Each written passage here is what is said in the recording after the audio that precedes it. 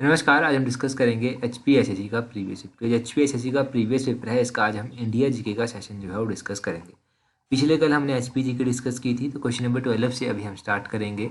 यहाँ पर पूछा गया है the Mughal emperor taken prison by Nadir Shah was. तो नादिर शाह ने किस मुगल सम्राट को बंदी बनाया था? देखो, नादिर शाह के द्वारा किसको बंदी बनाया गया था? ऑप्शन ए सही आंसर है मोहम्मद शाह। मोहम्मद शाह को जो है वो नादिर शाह ने जो था वो बंदी बनाया था। अब अगर हम मुगल एम्परर के बारे में बात करें कि क्या क्या क्वेश्चन इनके बारे में पूछे जाते हैं, तो देखो, एक तो क्वेश्चन ये पूछा जा सकता है कि नादिर शाह ने जो था वो कब भारत पर आक्रमण किया था। देखो, नादिर शाह ने जो था वो 1738-39 में जो था वो आक्रमण किया था भारत पर। और इसने उस टाइम मुगल होते थे, तो इसने जो था वो मुगल सेना को बहुत बुरी तरह से पराजित किया था। काफ़ी लूटपाट भी इसने यहाँ पर मचाई थी। और ये सब जो था ये मोहम्मद शाह के कार्यकाल के दौरान हुआ था। ये जो मोहम्मद शाह था ना, इसे रंगीला भी कहते थे। तो ये क्वेश्चन HPSSC कई बार पूछ चुकी है कि रंगीला किस मुगल गवर्नर एम्परर को कहा जाता था, तो ये मोहम्मद शाह को ही कहा जाता था। अब ये HS में भी मुगल एम्परर से रिलेटेड क्वेश्चन पूछा गया था।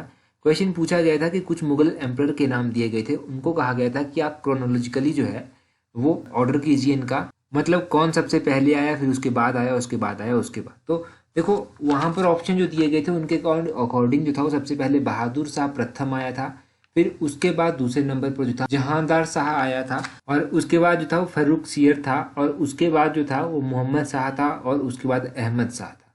तो ये नाम आपने वैसे भी जनरली याद रखने हैं, क्योंकि कई बार एग्जाम में पूछे जाते हैं। क्रोनोलॉजिकली आपको ऑर्डर करने के लिए दे दिया जाएगा। HS में दिया गया था इस बार हालांकि। 13 क्वेश्चन देखते हैं यहाँ पर क्या पूछा गया है। यहाँ पर पूछा गया है who assumed the leadership of Sikhs after the death of गुरु गोविंद सिंह। तो गुरु गोविंद सिंह की मृत्यु के पश्चात जो था वो सिखों का नेतृत्व किसने किया था, किसने इसका नेतृत्व ग्रहण किया था? क्वेश्चन नंबर 13 का जो है वो ऑप्शन डी सही आंसर है, बंदा बहादुर। बंदा बहादुर के द्वारा जो था वो उसके बाद सिखों की कमान संभाली गई थी। अगर हम बात करें सिख धर्म की, तो देखो, सबसे पहले गुरु कौन थे? गुरु नानक देव सबसे पहले गुरु थे।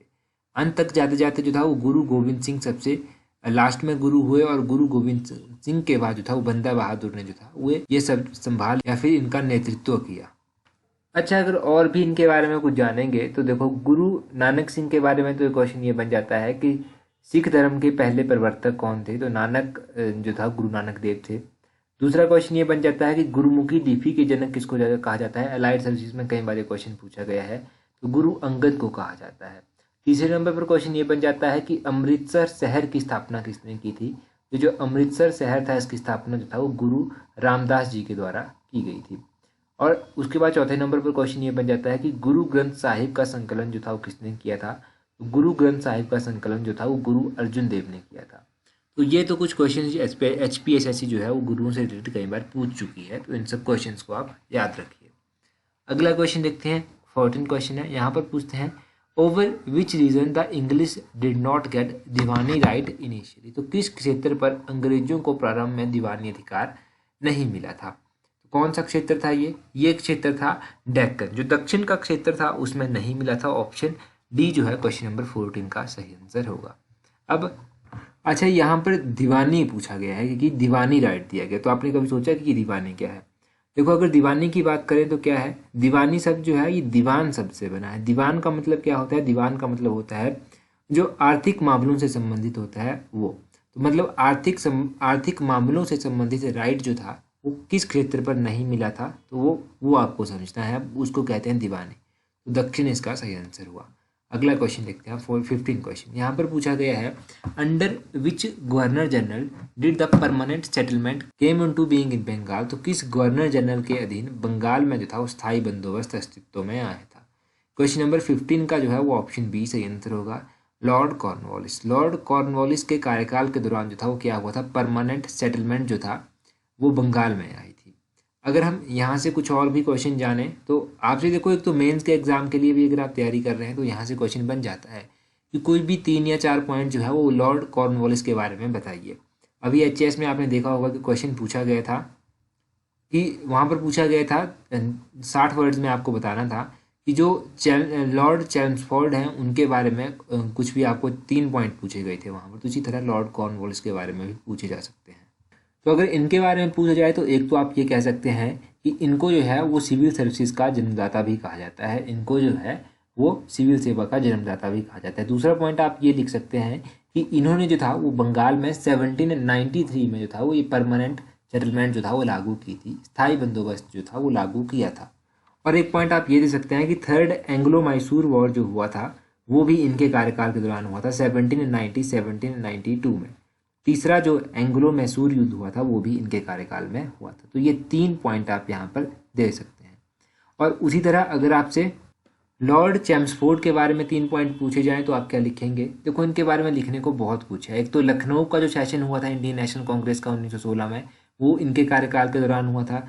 रॉलेट एक्ट जो था 1919 का, वो इनके कार्यकाल के दौरान आया था। जलियांवाला बाग हत्याकांड इनके कार्यकाल के दौरान हुआ था। चंपारण सत्याग्रह हो गया, खेड़ा सत्याग्रह हो गया, ये सब जो था इन्हीं के कार्यकाल के दौरान जो था वो लॉन्च किए गए थे महात्मा गांधी जी के द्वारा।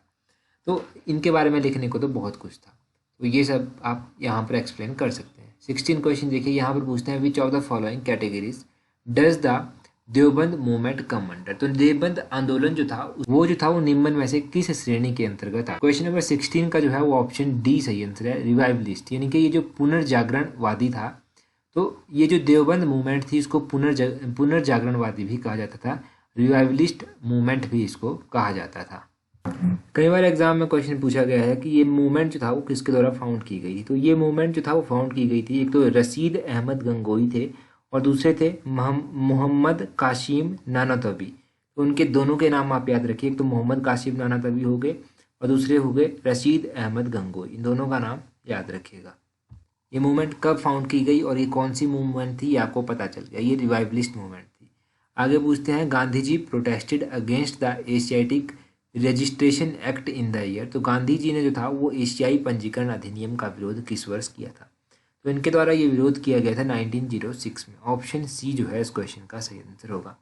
देखो इस तरह के क्वेश्चन जो है वो एलाइड वगैरह में पूछ लिए जाते थे, परंतु अब पेपर का लेवल जब आपको पता है डे बाई डे चेंज हो रहा है, तो आपको इस तरह के क्वेश्चन के लिए भी तैयार रहना है। तो अगर गांधी जी के बारे में बात करें तो इनके द्वारा एक तो चंपारण सत्याग्रह शुरू किया गया था 1917 में, 1917 में। उसके बाद अहमदाबाद मजदूर आंदोलन 1918 में, खेड़ा आंदोलन भी 1918 में ही था, और सबसे इम्पोर्टेंट दांडी मार्च 1930 में इन्होंने स्टार्ट की थी। एग्जैक्टली कब स्टार्ट की थी? 12 मार्च 1930 को स्टार्ट की थी। और एक क्वेश्चन जो इनके बारे में पूछ जाता है वो पूछ जाता है कि गांधी जी ने जो था वो कौन से गोलमेज सम्मेलन में भाग लिया था? तो गांधी जी ने जो था वो दूसरे गोलमेज सम्मेलन में भाग लिया था। ये जो दूसरा गोलमेज सम्मेलन था ये 1931 में हुआ था। सितंबर 1931 से लेकर दिसंबर 1931 तक ये चला था, इसमें गांधी जी ने भाग लिया था। और गांधी इरविन समझौता कब हुआ था? तो गांधी इरविन समझौता जो था वो 1931 में हुआ था। ये किस के बीच में हुआ था? तो ये महात्मा गांधी के बीच में हुआ था और लॉर्ड इरविन के बीच में हुआ था, नाम से ही पता चल रहा है। तो ये सब आप गांधी जी के बारे में इंपॉर्टेंट चीज़ें याद रखिए। एक और इम्पोर्टेंट क्वेश्चन यहाँ से ये बन जाता है कि गांधी जी जो था वो कब इंडियन नेशनल कांग्रेस के प्रेसिडेंट बने थे? तो आप ये कमेंट करके बता दीजिए, बिल्कुल आसान क्वेश्चन है, हमने कई बार डिस्कस किया है। कब बने थे इंडियन नेशनल कांग्रेस के प्रेसिडेंट, कौन सा ईयर था और कौन सी ईयर में ये कहाँ पर सेशन हुआ था, ये सब आप बता दीजिए। आगे 18 क्वेश्चन में क्या पूछते हैं, the who led the Ahmedabad labour strike of 1918। 1918 की जो अहमदाबाद श्रमिक हड़ताल हुई थी उसकी अगुवाई किसने की थी? हमने अभी पढ़ा कि अहमदाबाद मजदूर जो हड़ताल हुई थी उसका कौन लीड कर रहा था? महात्मा गांधी कर रहे थे। तो ऑप्शन डी मोहनदास करमचंद गांधी जो है वो सही आंसर है। ये कब हुई थी? 1918 में हुई थी। तो बस ये भी यहाँ से याद रखना है। अगला क्वेश्चन देखते हैं, यहाँ पर पूछते हैं who became the president of all India state people conference in 1939। तो 1939 में अखिल भारतीय राज्य जन सम्मेलन के अध्यक्ष कौन बने थे? ये बने थे जवाहरलाल नेहरू। ऑप्शन डी जो है इसका सही आंसर है। 1939 में हुई थी ये all India state people conference. तो इसमें भी इसको प्रिजाइड किया था वो थे जवाहरलाल नेहरू। तो ईयर याद रखिए, नाम याद रखिए, दोनों इंपॉर्टेंट है। आगे पूछते हैं 20 में, who made the following statement about the Cripps mission, it is a post dated cheque. तो ये क्रिप्स मिशन के बारे में किसने कथन दिया था कि यह एक पोस्ट डेटेड चेक है? क्वेश्चन नंबर 20 का जो है वो ऑप्शन डी सही आंसर है, महात्मा गांधी। एक और क्वेश्चन महात्मा गांधी के बारे में बन गया, तो इसको भी आप ध्यान रखिएगा कि इन्होंने कहा था क्रिप्स मिशन के बारे में कि it is a post dated check. अब ये क्रिप्स मिशन जो था वो कब आया था? तो क्रिप्स मिशन 1942 में जो था वो अपॉइंट किया गया था इसका जो नेतृत्व था वो कौन कर रहे थे? इसका नेतृत्व जो था वो स्टैफोर्ड क्रिप्स ने जो था वो किया था, और 1942 में ये मिशन जो था वो भारत भेजा गया था। ये याद रखिए। आगे चलता है एक जियोग्राफी का क्वेश्चन। यहाँ पर पूछते हैं rocks consisting chiefly of sand and sandstone are called. तो मुख्य रूप से बालू और बालू पत्थर से निर्मित चट्टानें क्या कहलाती हैं? तो ऐसी रॉक्स जिनमें सैंड होती है, सैंडस्टोन होती है, उनको क्या कहते हैं? 21 का जो है वो ऑप्शन सी सही आंसर होगा। एरिनेशियन रॉक उनको कहते हैं। 21 का जो है वो ऑप्शन सी सही आंसर है। लास्ट टाइम अगर आपको ध्यान हो तो हमने उस टाइम पढ़ा था सैंडस्टोन रॉक के बारे में। ये कौन सी टाइप की रॉक है? ये जो है ये सेडिमेंट्री रॉक है। 3 तरह की रॉक्स होती हैं, इग्नियस रॉक, सेडिमेंट्री रॉक और मेटामॉर्फिक रॉक। उस टाइम हमने पढ़ा था सैंडस्टोन के बारे में कि ये मेटामॉर्फिक रॉक की श्रेणी में आती है। देखो अगर इग्नियस रॉक्स की बात करें तो इग्नियस रॉक्स के एग्जाम्पल हैं ग्रेनाइट हो गया, बेसाल्ट हो गया, गैब्रो हो गया, ये इग्नियस रॉक्स के एग्जाम्पल हैं। सेडिमेंट्री रॉक्स में कौन कौन सी आती हैं? लाइमस्टोन आ जाता है, सैंडस्टोन आ जाता है, कोल आ जाता है, और मेटामॉर्फिक रॉक में मार्बल आ जाता है, स्लेट आ जाता है। तो ये मेटामॉर्फिक रॉक में आ जाते हैं। तो ये हमने उस दिन भी पढ़े थे, एक बार फिर से रिवाइज कर लिए। जितनी बार रिवाइज करेंगे उतने लंबे टाइम तक चीज़ें याद भी रहती रहेंगी। वो 22 क्वेश्चन देखिए, यहाँ पर क्या पूछते हैं? यहाँ पर पूछते हैं what type of volcano is mount Fuji. तो माउंट फूजी किस प्रकार का ज्वालामुखी है? देखो अगर माउंट फूजी की बात करें, वॉल्केनोज के बारे में हमने उस दिन भी पढ़ा था। अगर वॉल्केनोज की बात करें तो माउंट फूजी एक एक्टिव वॉल्केनो की श्रेणी में आता है। ऑप्शन बी इसका सही आंसर है। मैंने बताया था कि वॉल्केनोज जो हैं वो 2 टाइप के होते हैं मेनली। एक तो एक्टिव होता है, एक डोरमेंट होता है, और तीसरा भी होता है, 3 टाइप के, एक एक्सटिंक्ट होता है। तो माउंट फूजी तो एक्टिव वॉल्केनो है। अच्छा, ये माउंट फूजी है कहाँ पर? तो ये जो माउंट फूजी वॉल्केनो है ये जापान में है। और भी वॉल्केनोज हैं जैसे कि माउंट किलिमंजारो हो गया, ये अफ्रीका में है। माउंट वेसुवियस हो गया, ये इटली में है। माउंट इटना हो गया, माउंट इटना जो है वो इटली में है। तो ये आप और भी वॉल्केनोज याद रखिए कहाँ कहाँ पर ये स्थित है। अगला क्वेश्चन देखते हैं। अगले क्वेश्चन में क्या पूछते हैं? 23 में यहाँ पर पूछते हैं the most predominant inert gas off atmosphere is. तो वातावरण में जो है वो आयतन के अनुसार सर्वाधिक प्रधानता वाली निष्क्रिय गैस कौन? अगर 23 क्वेश्चन की हम बात करेंगे तो 23 का सही आंसर होगा option A argon. Argon gas जो है ये प्रीडोमिनेंट इनर्ट गैस है एटमॉस्फेयर में। ऑप्शन ए सही आंसर है। अगर गैसेस के बारे में हम बात करें तो अलग अलग क्वेश्चन पूछे जाते हैं। कई बार पूछ लिया जाता है कि नाइट्रोजन की परसेंटेज कितनी है? तो नाइट्रोजन की परसेंटेज है 78% अप्रोक्सीमेटली। कई एग्जाम्स में ऑक्सीजन की पूछी जाती है तो ऑक्सीजन की 22-21% है अप्रोक्सीमेटली। कई एग्जाम्स में आर्गन की भी पूछ लेते हैं तो आर्गन की परसेंटेज है 0.93 अप्रोक्सीमेटली। कार्बन डाइऑक्साइड की पूछ ली जाती है, कार्बन डाइऑक्साइड की है 0.04 अप्रोक्सीमेटली। तो ये अप्रोक्सीमेशन में आप याद रखिए गैसेस की परसेंटेज कितनी है एटमॉस्फेयर में। और मोस्ट प्रीडोमिनेंट इनर्ट गैस कौन सी है वो भी याद रखना है। 24 क्वेश्चन में पूछा गया है the instrument use to measure the atmospheric pressure is. तो एटमॉस्फेरिक प्रेशर मेजर करने के लिए जो है वो कौन सा इंस्ट्रूमेंट यूज़ किया जाता है? 24 का ऑप्शन बी बैरोमीटर जो है वो सही आंसर होगा। बैरोमीटर जो है वो इस्तेमाल किया जाता है एटमॉस्फेरिक प्रेशर को मेजर करने के लिए। अच्छा, यहाँ पर तो और भी इंस्ट्रूमेंट दिए गए हैं। देखो थर्मोमीटर किसके लिए यूज होता है? ये भी टेम्परेचर के लिए होता है। और पायरोमीटर किसके लिए होता है? ये भी टेम्परेचर के लिए होता है, परंतु ये टेम्परेचर को रिमोटली मेजर करता है। रिमोटली मेजर करने का क्या मतलब हुआ? रिमोटली का मतलब ये हुआ कि ये बिना टच किए जो है किसी चीज़ को टेम्परेचर जो है वो पता लगा लेता है। जैसे मान लीजिए एक लोहे की रॉड है, अब ये कितनी गर्म है इसका टेम्परेचर पता लगाना है, तो इससे जो रेडिएशन निकल रही होंगी ना, इन रेडिएशन से ही पता लगाया जाएगा टेम्परेचर का, ना कि इसको टच करना पड़ेगा। तो ये आप ध्यान रखिएगा कि किस तरह से जो है इसका टेम्परेचर जो है वो मेज़र करता है पायरोमीटर। ये रिमोटली टेम्परेचर को मेज़र करता है। तो ये आपने शायद नया सीखा होगा कुछ। 25 में देखते हैं क्या पूछा गया है। यहाँ पर पूछा गया है which type of fog commonly occurs along the sea coast. समुद्र तट पर आमतौर पर जो है वो किस तरह का कोहरा उत्पन्न होता है?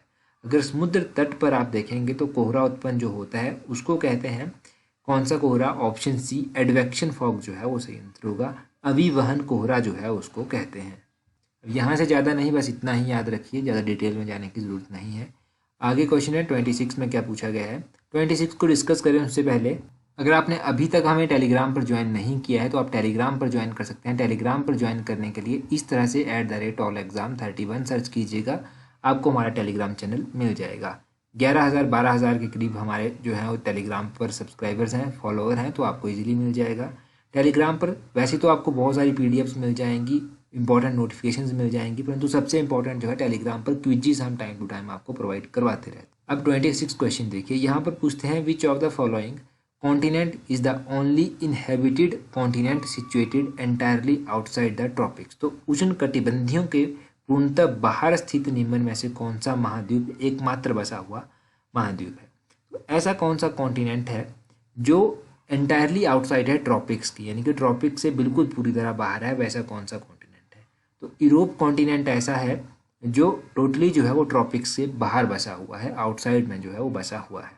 देखो ट्रॉपिक्स की बात हुई है, कॉन्टिनेंट की बात हुई है, हम ट्रॉपिक्स की बात करते हैं। ट्रॉपिक ऑफ कैंसर जो है वो इंडिया के कौन कौन से स्टेट से होकर गुजरती है। तो ये इंडिया के गुजरात से होकर गुजरती है, राजस्थान से होकर गुजरती है, मध्य प्रदेश से होकर गुजरती है, छत्तीसगढ़ से होकर गुजरती है, झारखंड से होकर गुजरती है, वेस्ट बंगाल से होकर गुजरती है, त्रिपुरा से होकर गुजरती है और मिजोरम से होकर गुजरती है। तो ये आपको याद रखना है कि 8 राज्यों से होकर जो है वो ट्रॉपिक ऑफ कैंसर जो है वो पास करती है इंडिया में। टोटल नंबर ऑफ कॉन्टिनेंट्स कौन कौन से हैं, एक तो एशिया कॉन्टिनेंट है, अफ्रीका कॉन्टिनेंट है, यूरोप कॉन्टिनेंट है, नॉर्थ अमेरिका कॉन्टिनेंट है, साउथ अमेरिका कॉन्टिनेंट है, ऑस्ट्रेलिया एक कॉन्टिनेंट है, अंटार्कटिका भी एक कॉन्टिनेंट है। तो ये 7 कॉन्टिनेंट भी आपको याद रखने हैं। इन टर्म ऑफ एरिया अगर हम बात करें तो सबसे बड़ा कॉन्टिनेंट कौन सा है, सबसे बड़ा महाद्वीप कौन सा है, ये आप कमेंट करके बता दीजिए। बेसिक एनसीईआरटी की 7वीं 8वीं की किताब में आपको पढ़ने को मिल जाएगा। अच्छा, जो नया चैनल हमने जो इंट्रोड्यूस किया है जहाँ पर हम हिमाचल की स्मॉल स्टोरीज डिस्कस करते रहते हैं, उसका लिंक भी नीचे डिस्क्रिप्शन बॉक्स में दिया गया है, वहाँ पर भी आप हमें सब्सक्राइब कर सकते हैं। वहाँ पर हिमाचल की स्मॉल स्टोरीज आपको मिल जाएंगी। तो आज की वीडियो में इतना ही काफ़ी है। So that's all for today. Thank you very much for watching and listening it very patiently.